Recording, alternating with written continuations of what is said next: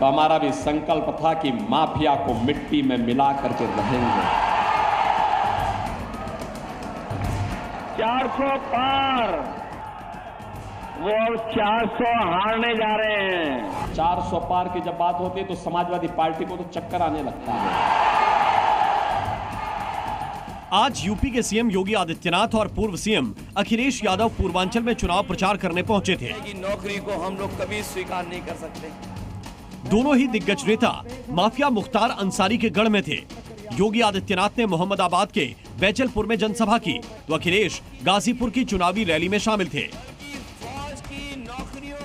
जाहिर है का माफिया का था तो मुद्दा भी इससे अलग नहीं हो सकता।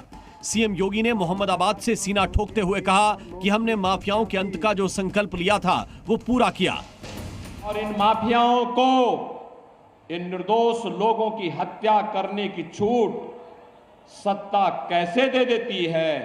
और इसीलिए तो हम कहते रहे हैं, हमारा भी अगर उनका संकल्प बीजेपी के जनप्रतिनिधियों को मारने का था, उनका संकल्प गरीब के बेटे को मारने का था, तो हमारा भी संकल्प था कि माफिया को मिट्टी में मिला करके रहेंगे। आपको बता दें कि बलिया लोकसभा क्षेत्र का मोहम्मदाबाद वही इलाका है जहां के विधायक कृष्णानंद राय की हत्या के आरोप माफिया मुख्तार अंसारी पर लगे थे। और मौजूदा दौर में मुख्तार के भतीजे मन्नू अंसारी समाजवादी पार्टी के टिकट पर मोहम्मदाबाद से विधायक हैं, जबकि मुख्तार के एक और भाई अफजार अंसारी गाजीपुर से लोकसभा सांसद हैं, जिनके प्रचार के लिए समाजवादी पार्टी के मुखिया अखिलेश यादव आज गाजीपुर पहुंचे थे। हालांकि यहां वो मुख्तार का नाम लेने से बचते दिखे, मगर अखिलेश और अफजाल एक ही मंच पर मौजूद रहे। गाजीपुर से अखिलेश ने 400 पार के नारे पर बीजेपी को घेरा तो सीएम योगी ने भी समाजवादी सरकार में माफियाओं के आतंक की याद दिलाते हुए अखिलेश पर पलटवार किया। ये जो 400 पार वाली बात कह रहे थे, 400 पार, वो 400 हारने जा रहे हैं। ये 400 पार नहीं हो रहा इनसे,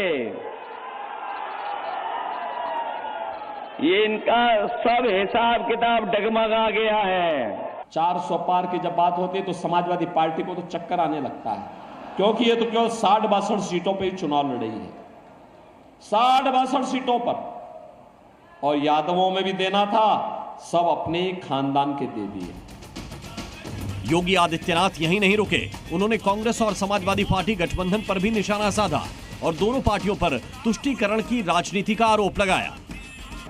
जजिया टैक्स, उसमें वो कहता था या तो टैक्स दो नहीं तो मुसलमान बनो, और आज इसी रास्ते पर कांग्रेस और समाजवादी पार्टी जा रही है। लगता है औरंगजेब की आत्मा इनके अंदर घुस गई है, और ये आज भी कह रहे हैं कि अगर समाजवादी पार्टी और कांग्रेस की सरकार बनेगी तो अनुसूचित जाति, जनजाति और पिछड़ी जाति के आरक्षण को मुसलमानों को बांट देंगे। साफ है कि पूर्वांचल के इस हिस्से में बीजेपी को 2 एम फैक्टर से पार पाना होगा। पहला मुस्लिम और दूसरा माफिया, क्योंकि पूर्वांचल के 17 जिलों में ये दोनों ही सियासत के समीकरण को संवार भी सकते हैं और बिगाड़ भी सकते हैं। यही वजह है कि आखिरी चरण के मतदान में बीजेपी और समाजवादी पार्टी ने पूर्वांचल की लड़ाई में पूरी ताकत झोंक दी है। ब्यूरो रिपोर्ट, जी मीडिया।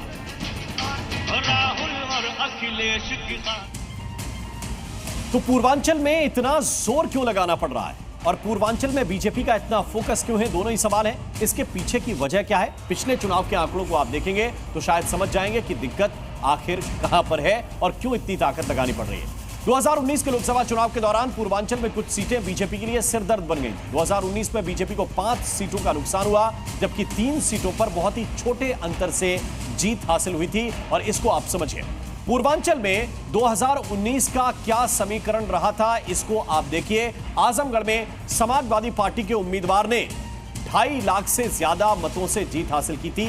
उम्मीदवार अखिलेश यादव थे। घोसी में बीएसपी प्रत्याशी 1,20,000 वोट से ज्यादा के अंतर से जीत गए थे।